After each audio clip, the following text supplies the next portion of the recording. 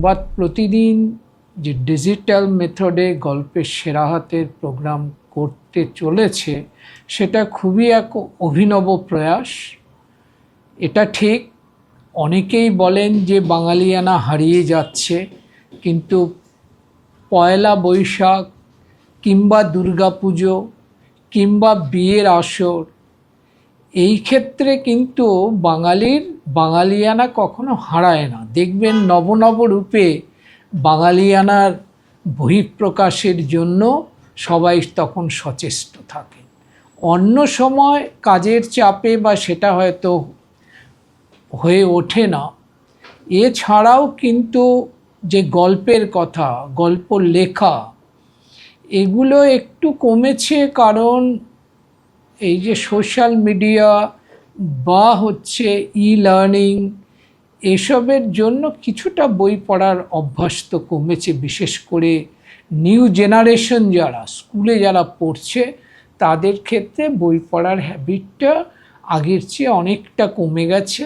সেটা গ্রামাঞ্চলের চেয়ে শহরাঞ্চলে সেটা বেশি আমরা দেখতে পাই। তবে এই যে অভিনব প্রয়াস সংবাদ প্রতিদিনের, যে গল্পের সেরা হাতে সবাই কিছু কিছু লিখুন, বাচ্চারা লিখবে, তাদের যে মনের ভাবনা সেটা বহিঃপ্রকাশ ঘটবে, এবং এটা তাদেরকে যে ক্রিয়েটিভ রাইটিং, যেটা অনেক সময় আমরা দেখি বিভিন্ন লিটারাল যে মিটগুলো হয়, ক্রিয়েটিভ রাইটিংয়ের উপরে চর্চা হয়। ক্রিয়েটিভ রাইটিংটা ছোট বয়স স্কুল থেকেই শুরু হয়। কাজে স্কুলে যদি এই চর্চাটা বেশি হয় তাহলে পরে তাদের মধ্যে একটা ক্রিয়েটিভ রাইটিংয়ের ব্যাপারটা ধীরে ধীরে ডেভেলপ করবে। এবং প্রতি স্কুলে যেটা আগেও ছিল, হাতে লেখা ম্যাগাজিন হতো, সেটা মান্থলি ছোট গল্প লেখা, এই লেখা অনেকেই পার্টিসিপেট করতো। এখন হয়তো টিভি বা সোশ্যাল মিডিয়ার দৌলতে অনেকটা কমে গেছে, কিন্তু সেই গুড হ্যাবিটগুলো স্কুল স্টুডেন্টসের মধ্যে কাল্টিভেট করা খুবই প্রয়োজন। আমাদের সময়েও স্কুল ম্যাগাজিন বেরোতো, তাতে আমিও লিখেছি, অন্যরাও লিখতাম। এটা একটা শিহরণ জাগানো স্টুডেন্ট লাইফে, যে ছোট্ট আমার লেখাটা ম্যাগাজিনে বেরিয়েছে, ম্যাগাজিনে ছাপা হয়েছে, বাড়িতে এনে বড়দের সবাইকে দেখানো।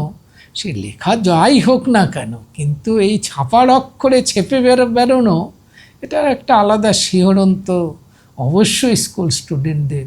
আমরাও উপভোগ করেছি, এখনকার স্টুডেন্টরাও সেটা করলে নিশ্চয়ই তা একটা আনন্দ পাবে এবং শিহরণ জাগবে। কারণ ছোটোবেলায় যদি ইংলিশ মিডিয়ামেই পড়ুক, বেঙ্গলি মিডিয়ামেই পড়ুক বা হিন্দি মিডিয়াম, গল্পের বই বা এসে না পড়লে তার ভাষার প্রতি দখল, শব্দ চয়নের প্রতি দখল, কোন শব্দটা অ্যাপ্রোপ্রিয়েট হবে, আমি একটা যখন বাক্য লিখব, এগুলো সবই নির্ভর করে, এইগুলো তার ভিত্তি তৈরি করে।